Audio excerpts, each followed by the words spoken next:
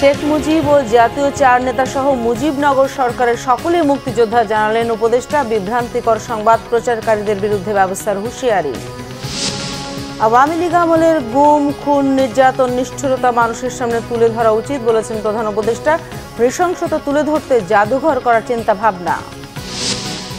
Budget একমুখী বললেন আমির খসরু। নির্বাচনের রোডম্যাপ না দেয়ায় বিনিয়োগ আসছে না, পর্যালোচনা হবে সবার মতামত, জানালেন অর্থ উপদেষ্টা।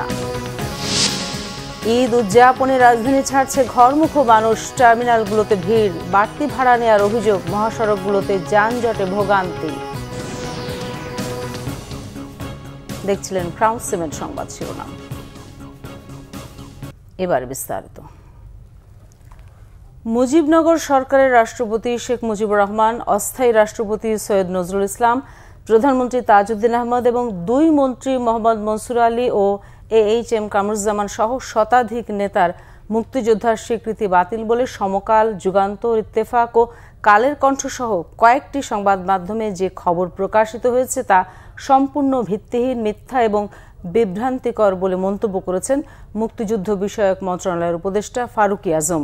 সচিবালয়ে সাংবাদিকদের মুক্তিযুদ্ধ বিষয়ক মন্ত্রণালয়ের উপদেষ্টা ফারুকী আজম জানান, মুজিবনগর সরকারে যারা ছিলেন তারাও মুক্তিযোদ্ধা, যারা সশস্ত্রভাবে মুক্তিযুদ্ধ করেছে, যারা পরিচালনা করেছে তারা মুক্তিযোদ্ধা। তবে ওই সরকারের কর্মকর্তা কর্মচারীরা সহযোগী মুক্তিযোদ্ধা। তিনি জানান, জাতীয় মুক্তিযোদ্ধা কাউন্সিল জামুকা অধ্যাদেশ অনুযায়ী স্বাধীন বাংলা বেতার কেন্দ্র সহ কূটনীতিকরা সহযোগী মুক্তিযোদ্ধা। সহযোগী মানে এই নয় যে তাদের সম্মান ক্ষুণ্ণ করা হয়েছে। তিনি জানান, 1972 সালে মুক্তিযোদ্ধার যে সংজ্ঞা ছিল সেটাই বাস্তবায়ন করা হয়েছে। 2018 ও 2022 সালে এটা পরিবর্তন করা হয়। মুক্তিযোদ্ধা ও মুক্তিযুদ্ধের সহযোগী দুয়েরই সম্মান, মর্যাদা, সুযোগ সুবিধা একই থাকবে। প্রবাসী বাংলাদেশ সরকার উইদিন ব্র্যাকেট মুজিবনগর সরকার ও উক্ত সরকার কর্তৃক স্বীকৃত, শুধু মুক্তিযুদ্ধ সরকার নয়, এই সরকার দ্বারাই স্বীকৃত অন্যান্য বাহিনী, নৌ কমান্ডো, কিলো ফোর্স, আনসার সদস্য এবং বাংলাদেশের নিম্নবর্ণিত নাগরিকরাও বীর মুক্তিযোদ্ধা হিসেবে অন্তর্ভুক্ত হবেন। মানে ওই সরকার ইটসেলফ নিজেই এবং তার দ্বারাই স্বীকৃত অন্য সব বাহিনী তারাও মুক্তিযোদ্ধা হবেন। আওয়ামী লীগ আমলের গুম, খুন, বিনা বিচারে আটক, নির্যাতন, নিষ্ঠুরতা মানুষের সামনে তুলে ধরা উচিত বলে জানিয়েছেন প্রধান উপদেষ্টা অধ্যাপক ডক্টর মোহাম্মদ ইউনূস। এই নৃশংসতা তুলে ধরতে একটি জাদুঘর করার কথাও বলেন তিনি। বুধবার রাষ্ট্রীয় অতিথি ভবন যমুনায় গুম কমিশনের দ্বিতীয় ইন্টারিম রিপোর্ট গ্রহণের সময় প্রধান উপদেষ্টা কথা বলেন। প্রতিবেদনটিকে ওয়েবসাইটে ও বই আকারে প্রকাশের কথা বলেন প্রধান উপদেষ্টা। জানান, শুধু বাংলাদেশ নয়, বৈশ্বিকভাবেও এর প্রতি আগ্রহ রয়েছে। গুমের অভিযোগ ৩,৫০০ ছাড়িয়ে যাবে বলে ধারণা করছে কমিশন। সবচেয়ে বেশি অভিযোগ রয়েছে র্যাবের ইন্টেলিজেন্সের বিরুদ্ধে। পরে এ নিয়ে রাজধানীর ফরেন সার্ভিস একাডেমিতে বিস্তারিত সংবাদ সম্মেলন করেন প্রধান উপদেষ্টার প্রেস উইং। সংবাদ সম্মেলনে শেখ মুজিবুর রহমান সহ জাতীয় চার নেতার মুক্তিযোদ্ধার মর্যাদা বাতিল করা নিয়ে প্রচারিত সংবাদকে ভিত্তিহীন বলে উল্লেখ করা হয়। সাবধান করা হয় এমন ভুল ও বিভ্রান্তিকর সংবাদ পরিবেশনের বিষয়ে। প্রেস সচিব জানান, পাচার হওয়া অর্থ ফেরত আনতে এবার প্রধান উপদেষ্টার আসন্ন যুক্তরাজ্য সফরে তার সফর সঙ্গী হচ্ছেন বাংলাদেশ ব্যাংকের গভর্নর ও দুর্নীতি দমন কমিশনের চেয়ারম্যান। প্রস্তাবিত বাজেট একমুখী ও গতানুগতিক। রাজনৈতিক দলগুলোর সাথে আলোচনা করে ঐকমত্যের ভিত্তিতে বাজেট দেওয়া উচিত ছিল বলে মন্তব্য করেছেন বিএনপি স্থায়ী কমিটির সদস্য আমির খসরু মাহমুদ চৌধুরী। সকালে রাজধানী গুলশান কার্যালয়ে বাজেট পরবর্তী প্রতিক্রিয়ায় এসব মন্তব্য করেন তিনি। মূল্যস্ফীতি ৬.৫% নামানো এবং প্রবৃদ্ধির যে লক্ষ্যমাত্রা নির্ধারণ করা হয়েছে তা অবাস্তব বলেও মন্তব্য করেন আমির খসরু মাহমুদ। একই সাথে শিক্ষা, স্বাস্থ্য ও কৃষিতে বরাদ্দ কমানোয় উদ্বেগ জানান তিনি। দারিদ্র্যের লাগাম আরও টেনে ধরা যেতে উল্লেখ করে ব্যবসায়ী সমাজ ও রাজনৈতিক দলের সাথে সরকারের সংলাপের প্রয়োজন ছিল বলে মন্তব্য করেন বিএনপির এই নেতা। এ সময় নির্বাচন পরবর্তী বিএনপির ১৮০ দিনের কর্মপরিকল্পনার আংশিক তুলে ধরেন আমির খসরু মাহমুদ চৌধুরী।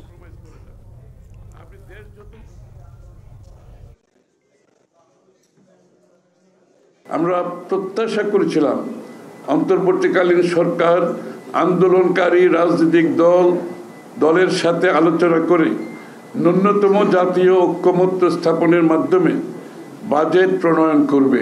যেহেতু সংসদ নাই, নির্বাচিত সরকার নাই, অন্তর্বর্তীকালীন সরকার চাইলে সমাজের বিভিন্ন শ্রেণী পেশার মানুষের মতামত নিতে পারত।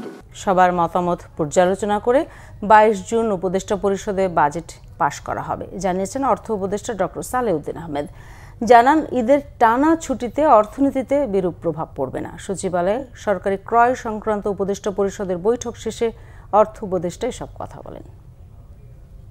তো দিয়ে দিয়েছি বাজেটের মোটামুটি আমাদের যে কর্মপন্থা কি কি হবে সেগুলো এটাতে কাজ চলবে। তারপর আমরা ঈদের পরপর এটা আবার আমরা স্টক টেকিং করবো, কার কি হিসাবে বাজেটের উপর বিভিন্ন মন্তব্য থাকবে, সাজেশনগুলো আর আমরা নেবো, সেটা আমরা বলেছি 19 তারিখ পর্যন্ত খোলা থাকবে বাজেটের ব্যাপারে। 22 তারিখ আমরা ক্যাবিনেট মিটিং হবে, তখন আমরা তো আগে থেকে কন্টিনিউয়াস আসতে থাকবে। একদিনে কি সব মতামতকে একদিনে, অলরেডি তো আপনার মতামত দেওয়া শুরু করেছেন। কোরবানির ঈদ সামনে রেখে রাজধানী ছাড়তে শুরু করেছে ঘরমুখো মানুষ। বাস স্ট্যান্ড ও রেল স্টেশনে বাড়ি ফেরা মানুষের ভিড়। রেলে কিছুটা স্বস্তি থাকলেও বাস যাত্রায় দেখা দিয়েছে ভোগান্তি। ঈদযাত্রার পঞ্চম দিনে কমলাপুর স্টেশন থেকে অধিকাংশ ট্রেন ছেড়েছে যথাসময়ে। যাত্রীতে ভরা থাকলেও উপচে পড়া ভিড় ছিল না। এদিকে কমলাপুর স্টেশনের টিকিট ছাড়া কাউকে ঢুকতে দেওয়া হচ্ছে না। নেই হকার সহ ভবঘুরে মানুষের যাতায়াত। টিকিট ছাড়া কাউকে ট্রেনে উঠতেও দেওয়া হচ্ছে না। ঈদ যাত্রার স্বস্তির কথা জানালেন যাত্রীরা। এদিকে বাস টার্মিনালে এর বিপরীত চিত্র। সকাল থেকে রাজধানী মহাখালী বাস টার্মিনালে বাড়তে থাকে যাত্রীদের ভিড়। সরকার নির্ধারিত ভাড়ায় টিকিট কাটতে পারলেও ঠিক সময়ে বাস না ছাড়ায় বাড়ছে যাত্রীদের ভোগান্তি। দর্শক, এই মুহূর্তে সদরঘাট লঞ্চ টার্মিনালে আছেন সহকর্মী ফজলে রাব্বি। সরাসরি যুক্ত হচ্ছি তার সাথে। রাব্বি, ঈদযাত্রায় বাড়িমুখী মানুষের ভিড় কেমন দেখছেন?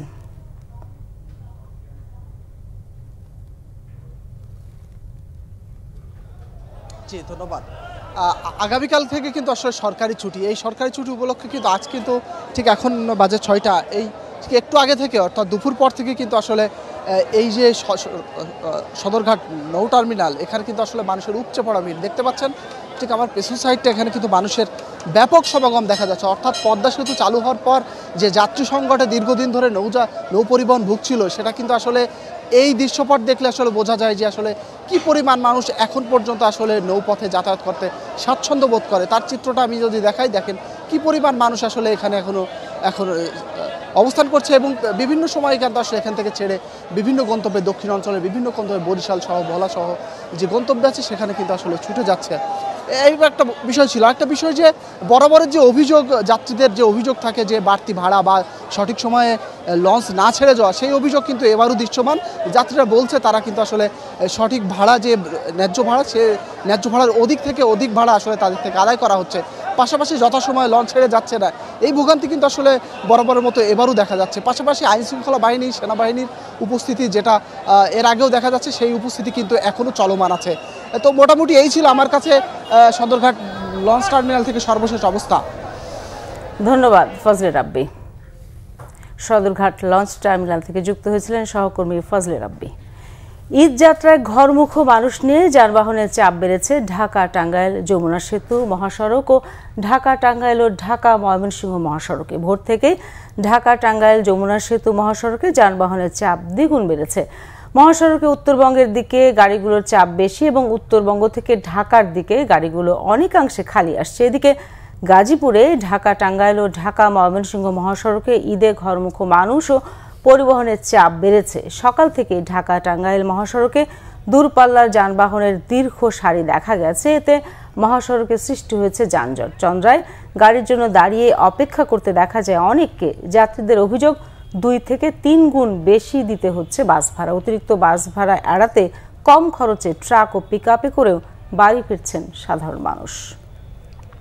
প্রথমবারের মতো নেত্রকোনার এক উপজেলার সীমান্ত দিয়ে 32 জনকে বাংলাদেশে পুশ ইন করেছে ভারতীয় সীমান্তরক্ষী বাহিনী বিএসএফ। মঙ্গলবার রাত 3টার দিকে জেলার দুর্গাপুরের বিজয়পুর সীমান্ত দিয়ে তাদেরকে পুশ ইন করা হয় বলে জানিয়েছেন নেত্রকোনা বিজিবির 31 ব্যাটালিয়নের সহকারী পরিচালক আব্দুল আওয়াল। বিজিবি জানায়, বাংলাদেশের অভ্যন্তরে জগৎকুড়া এলাকায় পুশ ইন করানো হলে তাদের আটক করা হয়। পরে তাদেরকে প্রাথমিকভাবে জিজ্ঞাসাবাদের জন্য জেলা পরিষদ ডাক বাংলোতে রাখা হয়। এদের মধ্যে 21 জন নারী, 3 শিশু ও 8 জন পুরুষ। গত 10 বছরে তারা বিভিন্ন সময় গার্মেন্টস সহ বিভিন্ন ধরনের শ্রমিক হিসেবে ভারতে গিয়েছিলেন বলে জানায় বিজিবি। তাদের বাড়ি বাংলাদেশের বিভিন্ন জেলায়। ঝিনাইদহের কালীগঞ্জে আধিপত্য নিয়ে 2 গ্রুপের সংঘর্ষে আহত বিএনপি কর্মী ইউনুস আলী মারা গেছেন। সকালে রাজধানীর একটি বেসরকারি হাসপাতালে চিকিৎসাধীন অবস্থায় তিনি মারা যান। স্থানীয়রা জানান, সামাজিক আধিপত্য বিস্তার নিয়ে জামাল ইউনিয়নের বিএনপি জেলা নজরুল ইসলামের সঙ্গে দলের অপরপক্ষ আরিফ, লিটন, বুলু ও আশরাফের সমর্থকদের মধ্যে বিরোধ চলছিল। এরই জেরে গত রবিবার সকালে ইউনিয়নের নাকোবাড়িয়া গ্রামে উভয় পক্ষের লোকজন দেশীয় অস্ত্র নিয়ে সংঘর্ষে জড়িয়ে পড়েন। এতে নাকোবাড়িয়া গ্রামের মাহবুব আলী ও তার ভাই ইউনুস আলী সহ 5 জন আহত হন। তাদের উদ্ধার করে হাসপাতালে ভর্তি করার পর মোহাম্মদ হোসেন মারা যান। তার বড় ভাই গুরুতর আহত ইউনুস আলী ঢাকায় চিকিৎসাধীন ছিলেন। জমে উঠেছে দিনাজপুরের পশুর হাটগুলো। প্রতিদিনই ভিড় বাড়ছে ক্রেতাদের, তবে দাম নিয়ে রয়েছে মিশ্র প্রতিক্রিয়া। এদিকে ব্রাহ্মণবাড়িয়ার হাটগুলো সরগরম হলেও আবহাওয়া অনুকূলে না থাকায় ক্রেতা উপস্থিতি কিছুটা কম। তবে আজকালের মধ্যে বেচাকেনা বাড়বে বলে আশা ব্যবসায়ীদের। দিনাজপুর থেকে সুব্রত মজুমদার ডলার ও ব্রাহ্মণবাড়িয়ার আশিকুল ইসলামের পাঠানো তথ্যছবিতে ডেস্ক রিপোর্ট। দিনাজপুরে ছোট বড় অসংখ্য খামার ও বাড়িতে পশু লালন ব্যাপক বেড়েছে। কোরবানি উপলক্ষে হাটে এসব পশু তুলছেন খামারিরা। হাটে চাহিদার তুলনায় পশু অনেক থাকলেও চড়া দাম হাঁকাচ্ছেন খামারিরা। এতে পশু কিনতে হিমশিম খাচ্ছেন ক্রেতারা। হাটে গিয়েও পশু না কিনে ফিরছেন অনেকেই। এবার মোটামুটি ওই তুলনায় গরু প্রতি 5-7 হাজার, 4 হাজার, 6 হাজার গরু এবার কম আছে। এখনো কিনতে পারিনি ভাই, আমারও তো স্বল্প বাজেট আছে। সে বাজেটের মধ্যে আমি আমার মতো করে পাচ্ছি। গরুর সাইজ অনুযায়ী দেবে, গরুর দাম বলবে। যার যেরকম চাওয়ার সে সেরকম চাচ্ছে। কর্তা হইলে দিচ্ছে, কর্তা না হইলে দিচ্ছে না। পশু লালন পালন ও গোখাদ্যের দাম বাড়ায় এবার পশুর দাম বাড়তি বলে জানান খামারিরা। দানা পানির যে দাম, দ্রব্যমূল্য, সেই হিসেবে গরু আমাদের পোষায় না। এখন কাস্টমাররা বিভিন্ন দাম বিভিন্ন করতেছে, আমাদের কর্তা হলে দেবো। বাজারের অবস্থা খুবই খারাপ। গরু নিয়ে এসে গরু বিক্রি হচ্ছে না। ওই যে 220, 10, 15 দাম বলতেছে, কেউ 190 বলতেছে। দাম চাইতেছি 1,60,000, দাম করতেছে 30,000, 32,000। আমদানিটা কম, এই কারণে মানে কাস্টমার একটু বেশি। হাটবাজারগুলোতে নিয়মিত পশুর স্বাস্থ্য পরীক্ষা সহ বাজার মনিটরিং চলছে বলে জানালেন জেলা প্রশাসক। 4,05,991টি প্রাণী আমাদের প্রস্তুত আছে। চাহিদা রয়েছে 2,69,865টি প্রাণী। তাহলে উদ্বৃত্ত থাকছে 1,36,126টি প্রাণী। এটি আমাদের দিনাজপুরের চাহিদা পূরণ করেও আমাদের আশেপাশের ঢাকা সহ আশেপাশের জেলাগুলোতে যেখানে কোরবানির পশু সংকট রয়েছে সেখানে এটি প্রতিদিনই ট্রাকে পিকআপে করে চলে যাচ্ছে। এদিকে ব্রাহ্মণবাড়িয়ায়ও জমে উঠেছে কোরবানির পশুর হাট। তবে আবহাওয়া অনুকূলে না থাকায় ক্রেতার উপস্থিতি কিছুটা কম, তাই এখনো পুরোদমে জমে ওঠেনি পশুর হাট।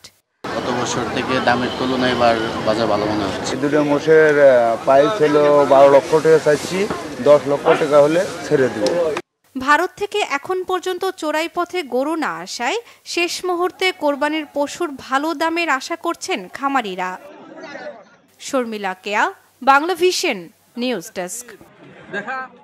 এবার দেশের বিভিন্ন জায়গার আরো কিছু খবর নিয়ে রয়েছে একটি ডেস্ক রিপোর্ট।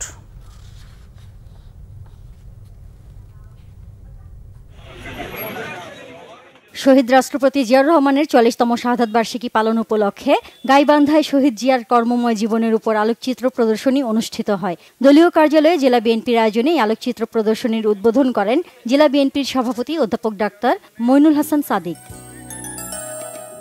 শহীদ রাষ্ট্রপতি জিয়াউর রহমানের শাহাদাত বার্ষিকী উপলক্ষে সাতক্ষীরায় আলোচনা সভা ও দোয়ার আয়োজন করে জিয়া পরিষদ। শহরের শহীদ আব্দুর রাজ্জাক পার্কের পৌর অডিটোরিয়ামে অনুষ্ঠিত সভায় প্রধান অতিথির বক্তব্য রাখেন জেলা বিএনপির আহ্বায়ক AHM রহমতুল্লাহ পলাশ। পবিত্র ঈদুল আজহা উপলক্ষে যাত্রী সাধারণের ঈদযাত্রা নিরাপদ ও নির্বিঘ্ন করার লক্ষ্যে সিলেটে বিশেষ অভিযান পরিচালনা করেছে ভিজিলেন্স টিম। বাস টার্মিনাল সহ প্রধান সড়কে অভিযান অব্যাহত থাকবে বলে জানান ভিজিলেন্স টিমের কর্মকর্তারা। রংপুর নগরীর উত্তম বসুনিয়া পাড়ায় মাহবুব হাফিজিয়া মাদ্রাসা এতিমখানা ও লিল্লা বোর্ডিং এর শিক্ষক ও শিক্ষার্থীদের মাঝে খাদ্য ও নতুন কাপড় দিয়েছে র্যাব। র্যাব 13 এর অধিনায়ক লেফটেন্যান্ট কর্নেল জয়নুল আবেদিন আনুষ্ঠানিকভাবে এসব সামগ্রী বিতরণ করেন। খাগড়াছড়িতে ৩,৬৬৫ জন ভাতাভোগী আনসার ভিডিপি সদস্যকে ঈদ উপহার সামগ্রী দিয়েছেন মহাপরিচালক। এতে প্রধান অতিথি ছিলেন আনসার ভিডিপির চট্টগ্রাম ও পার্বত্য রেঞ্জের উপমহাপরিচালক ডক্টর মোহাম্মদ সাইফুর রহমান। রাঙ্গামাটিতেও ৩,০৪৮ জন আনসার ও হিল ভিডিপি সদস্যকে মহাপরিচালকের পক্ষে ঈদ উপহার সামগ্রী বিতরণ করা হয়েছে। আইনশৃঙ্খলা পরিস্থিতির উন্নতি, বাজার নিরাপত্তা এবং জেলাব্যাপী চেকপোস্ট নিয়ন্ত্রণ সহ কুড়িগ্রামে মাঠে নেমেছে সেনাবাহিনী। শহরের শাপলা চত্বর জিরো পয়েন্টে সাংবাদিকদের সাথে মতবিনিময়কালে এ তথ্য জানান স্থানীয় সেনা ক্যাম্প কমান্ডার মেজর আহাদ। ঈদ উল আজহা উপলক্ষে নৌযাত্রা নিরাপদ করতে মোংলা উপকূলে বিশেষ টহল কার্যক্রম শুরু করেছে কোস্টগার্ড। ঈদ পরবর্তী কয়েকদিন পর্যন্ত এই কার্যক্রম চলমান থাকবে বলে জানিয়েছেন কোস্টগার্ড কর্মকর্তা লেফটেন্যান্ট খালিদ সাইফুল্লাহ। ময়মনসিংহের চর ঈশ্বরদীয়া ইউনিয়নের চরাঞ্চলের কৃষি জমিতে অনুষ্ঠিত হল ব্যতিক্রমধর্মী পরিবেশ সচেতনতামূলক প্রচারাভিযান। পরিবেশবাদী সংগঠন ক্লিন, বিডব্লিউজিডি ও অন্যচিত্র ফাউন্ডেশন যৌথভাবে এই প্রচারাভিযান আয়োজন করে। বাগেরহাট সদর উপজেলার ডেমা ইউনিয়নের কলিবুনিয়া সরকারি খাল দখলমুক্ত রাখার দাবিতে মানববন্ধন করেছেন এলাকাবাসী। এ সময় তারা অভিযোগ করেন, দীর্ঘদিন ধরে প্রভাবশালী একটি মহল কলিবুনিয়া সরকারি খাল দখল করে মাছ চাষ করছে। গোপালগঞ্জে নিরাপদ খাবার পানি নিশ্চিতের লক্ষ্যে জনসচেতনতামূলক সেমিনার অনুষ্ঠিত হয়েছে। বাংলাদেশ নিরাপদ খাদ্য কর্তৃপক্ষের জেলা কার্যালয়ে আয়োজিত সেমিনারে প্রধান অতিথির বক্তব্য রাখেন জেলা প্রশাসক Mohammad Kamruzzaman. Naznin Akter, Bangla vision news desk. সংবাদ শেষ করব ক্রাউন সিমেন্ট শিরোনামগুলো আরেকবার জানিয়ে। শেখ মুজিব ও জাতীয় চার নেতা সহ মুজিবনগর সরকারের সকলে মুক্তিযোদ্ধা, জানালেন উপদেষ্টা। বিভ্রান্তিকর সংবাদ প্রচারকারীদের বিরুদ্ধে ব্যবস্থার হুঁশিয়ারি। আওয়ামী লীগ আমলের গুম, খুন, নির্যাতন, নিষ্ঠুরতা মানুষের সামনে তুলে ধরা উচিত বলেছেন প্রধান উপদেষ্টা। নৃশংসতা তুলে ধরতে জাদুঘর করার চিন্তা ভাবনা। বাজেট একমুখী বললেন আমির খসরু। নির্বাচনের রোডম্যাপ না দেয়ায় বিনিয়োগ আসছে না, পর্যালোচনা হবে সবার মতামত, জানালেন অর্থ উপদেষ্টা। ঈদ উদযাপনের রাজধানী ছাড়ছে ঘরমুখো মানুষ। টার্মিনালগুলোতে ভিড়, বাড়তি ভাড়া নেওয়ার অভিযোগ, মহাসড়কগুলোতে যানজটে ভোগান্তি। দর্শক, এই ছিল এখনকার মতো। পরের সংবাদ সন্ধ্যা 7:30টায় দেখার আমন্ত্রণ রইল। এছাড়া বাংলা ভিশন সংবাদ ও সংবাদ সংশ্লিষ্ট অনুষ্ঠান দেখতে ভিজিট করুন www.bvnews24.com ও facebook.com/banglavisionnews এবং সাবস্ক্রাইব করুন youtube.com/banglavisionnews। ধন্যবাদ সবাইকে এতক্ষণ সাথে থাকার জন্য।